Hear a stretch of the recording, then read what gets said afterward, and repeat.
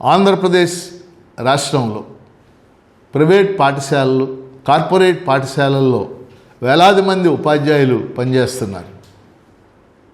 మనం పాఠశాల విద్యారంగాన్ని కనుక మనం తీసుకుంటే ఒక 30 ఏళ్ల క్రితం దాకా రాష్ట్రంలో ప్రైవేట్ పాఠశాలలు లేవు, కార్పొరేట్ పాఠశాలలు లేవు. కేవలం ప్రభుత్వ పాఠశాలలు, జిల్లా పరిషత్ పాఠశాలలు, ఎయిడెడ్ పాఠశాలలు, మున్సిపల్ పాఠశాలలు మాత్రమే ఉండేవి. అందరూ వాటిలోనే చదువుకునేవాడు. కానీ మారిన సామాజిక, రాజకీయ, ఆర్థిక నేపథ్యంలో పెద్ద ఎత్తున ప్రైవేటు పాఠశాలలు వచ్చాయి.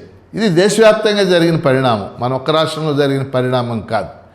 ఈరోజు ఆంధ్రప్రదేశ్లో మనం పరిశీలిస్తే పాఠశాల విద్యారంగంలో సుమారు 74 లక్షల మంది పిల్లలు చదువుతుంటే సగానికి పైగా ప్రైవేట్ పాఠశాలల్లో, కార్పొరేట్ పాఠశాలలోనే చదవటం మనకు కనపడతా ఉంది.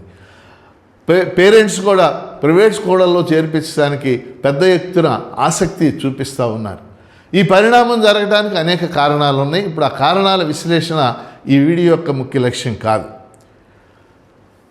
రెండవ భాగంలో మనం చూసినప్పుడు ఇవాళ ప్రభుత్వ లెక్కల ప్రకారం ప్రభుత్వ పాఠశాలలో 1,80,000 మంది ఉపాధ్యాయులు పనిచేస్తున్నారు. అదే సమయంలో ప్రైవేట్ పాఠశాలల్లో 1,20,000 మంది ఉపాధ్యాయులు పనిచేస్తూ ఉన్నారు. విద్యారంగంలో విద్యార్థులు రాణించాలన్నా, నైపుణ్యాలు నేర్పాలన్నా, విద్యాబుద్ధులు నేర్పాలన్నా అది ఉపాధ్యాయుల ద్వారా మాత్రమే సాధ్యం అని మనందరికీ తెలిసినటువంటి విషయం. ఈరోజు ఇంత డెవలప్ అయ్యి ఏఐలు, ఆర్టిఫిషియల్ ఇంటెలిజెన్స్ లాంటివి వచ్చినాయి, స్మార్ట్ క్లాస్ రూమ్స్ వచ్చినాయి, ఆన్లైన్ క్లాస్ రూములు ఎన్ని వచ్చినప్పటికి కూడా ఇవన్నీ కూడా ఉపాధ్యాయుడికి సమానం కాదు, ఉపాధ్యాయుడికి ప్రత్యామ్నాయం కాదు అని చెప్పేసి ఇటీవల యునెస్కో తాను ప్రచురించినటువంటి నివేదికలో చెప్పింది.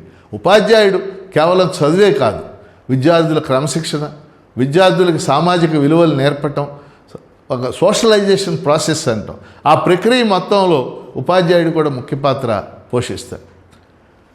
కానీ సమస్య ఏమిటంటే ఈరోజు ఆంధ్రప్రదేశ్లో ప్రైవేట్ పాఠశాలల్లో 1,20,000 మంది ఉపాధ్యాయులు పనిచేస్తుంటే వాళ్ళకి ఎటువంటి భద్రత కానీ, వేతనాలకు సంబంధించిన భద్రత కానీ, సర్వీసుకు సంబంధించిన భద్రత కానీ ఎటువంటి భద్రత లేదు. ఈ ఉపాధ్యాయులు అందరూ కూడా అతి తక్కువ వేతనాలతో పనిచేస్తున్నారు. వాళ్ళు మేనేజ్మెంట్స్ మీద ఆధారపడి ఉంటారు. మేనేజ్మెంట్ కనుక రేపటి నుంచి నువ్వు రావక్కర్లేదు అంటే వాళ్ళు ఇక పాఠశాలకు వచ్చేటటువంటి పరిస్థితి లేదు అనేది మన అందరికీ తెలిసినటువంటి విషయం. వాస్తవంగా వాళ్ళకు సంబంధించి ఇప్పటి వరకు ప్రభుత్వం ఎటువంటి రక్షణ కల్పించడానికి కానీ, వాళ్ళకి భద్రత కల్పించడానికి కానీ, వేతన భద్రత కల్పించడానికి కానీ ఏ ప్రభుత్వం వైపు నుంచి కూడా ఎటువంటి చర్యలు లేవు.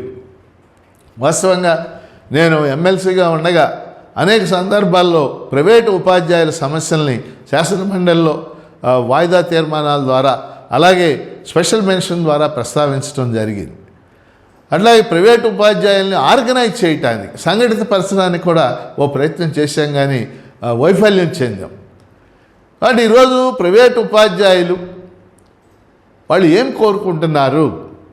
వాళ్ళు కోరుకునేది ఒకటి, వాళ్ళ ప్రభుత్వ గుర్తింపు ఉండాలి, వాళ్ళకి ప్రభుత్వ గుర్తింపు కార్డులు ఇవ్వాలి.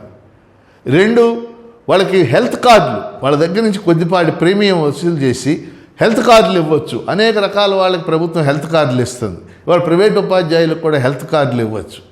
అలా ప్రైవేట్ ఉపాధ్యాయుల సంక్షేమానికి ఒక ప్రైవేట్ టీచర్స్ వెల్ఫేర్ బోర్డు అని అలాంటిది ఏర్పాటు చేయొచ్చు. అలా ప్రైవేట్ ఉపాధ్యాయులకి వేతనాలు వాళ్ళకి కేడర్ని బట్టి లభించే విధంగా వాళ్ళు చట్టాలు చేయొచ్చు, జీవోలు చేయొచ్చు. వాస్తవంగా 1994లో జీవో నెంబర్ 1 అని ఒక జీవో ఇచ్చింది ఆనాటి ప్రభుత్వం. ఆ జీవోలో ఏంటంటే ప్రైవేట్ పాఠశాలలకు వచ్చే ఆదాయంలో 50% ఉపాధ్యాయులకు వేతనాలుగా ఉపాధ్యాయులకు చెల్లించాలి అని చెప్పేసింది. కానీ ఆ జీవో అమలు జరగనటువంటి పరిస్థితి. అంటే ప్రైవేట్ పాఠశాలల్లో ఏదో కార్పొరేట్ తరహాలో వెళ్ళిన పాఠశాలల్లో ఉపాధ్యాయులకి ఓ 40,000 30,000 ఉండొచ్చు. కానీ ఎక్కువ మంది ఉపాధ్యాయుల్ని మనం తీసుకున్నప్పుడు వీళ్ళ వేతనాలు 10,000 15,000, మ్యాక్సిమం 20,000 దాటకుండా 20,000 లోపు 15,000 16,000 17,000 ఇందులోనే కొనసాగటం మనం చూస్తూ ఉన్నాం.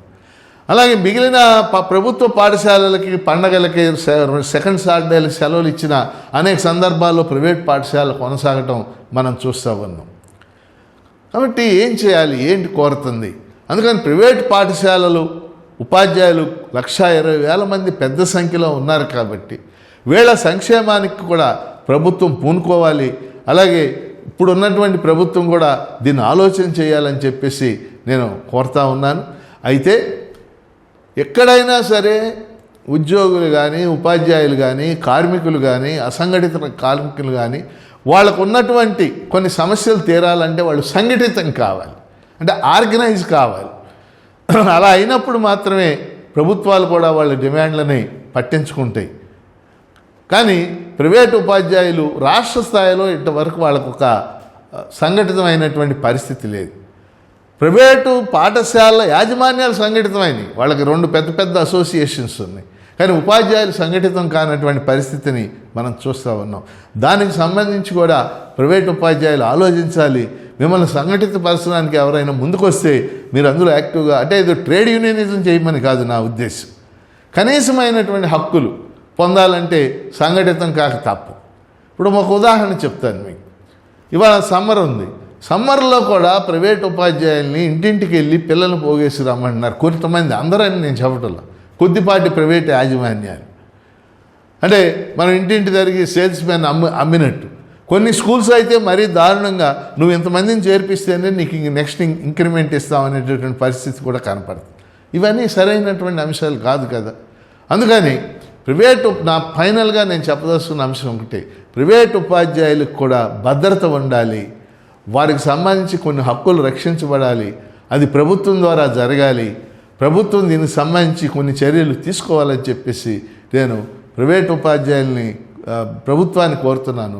అలా ప్రైవేట్ ఉపాధ్యాయులు కూడా నేను కోరేది ఏంటంటే, మీరు ఇతర అంశాలన్నీ పక్కన పెట్టి సంఘటితం చేయటానికి ఎవరైనా ప్రయత్నం చేస్తే రాష్ట్ర స్థాయిలో ఒక అసోసియేషన్ ఏర్పాటు చేసుకోవడం మంచిదనేది నా యొక్క సూచన, సలహా.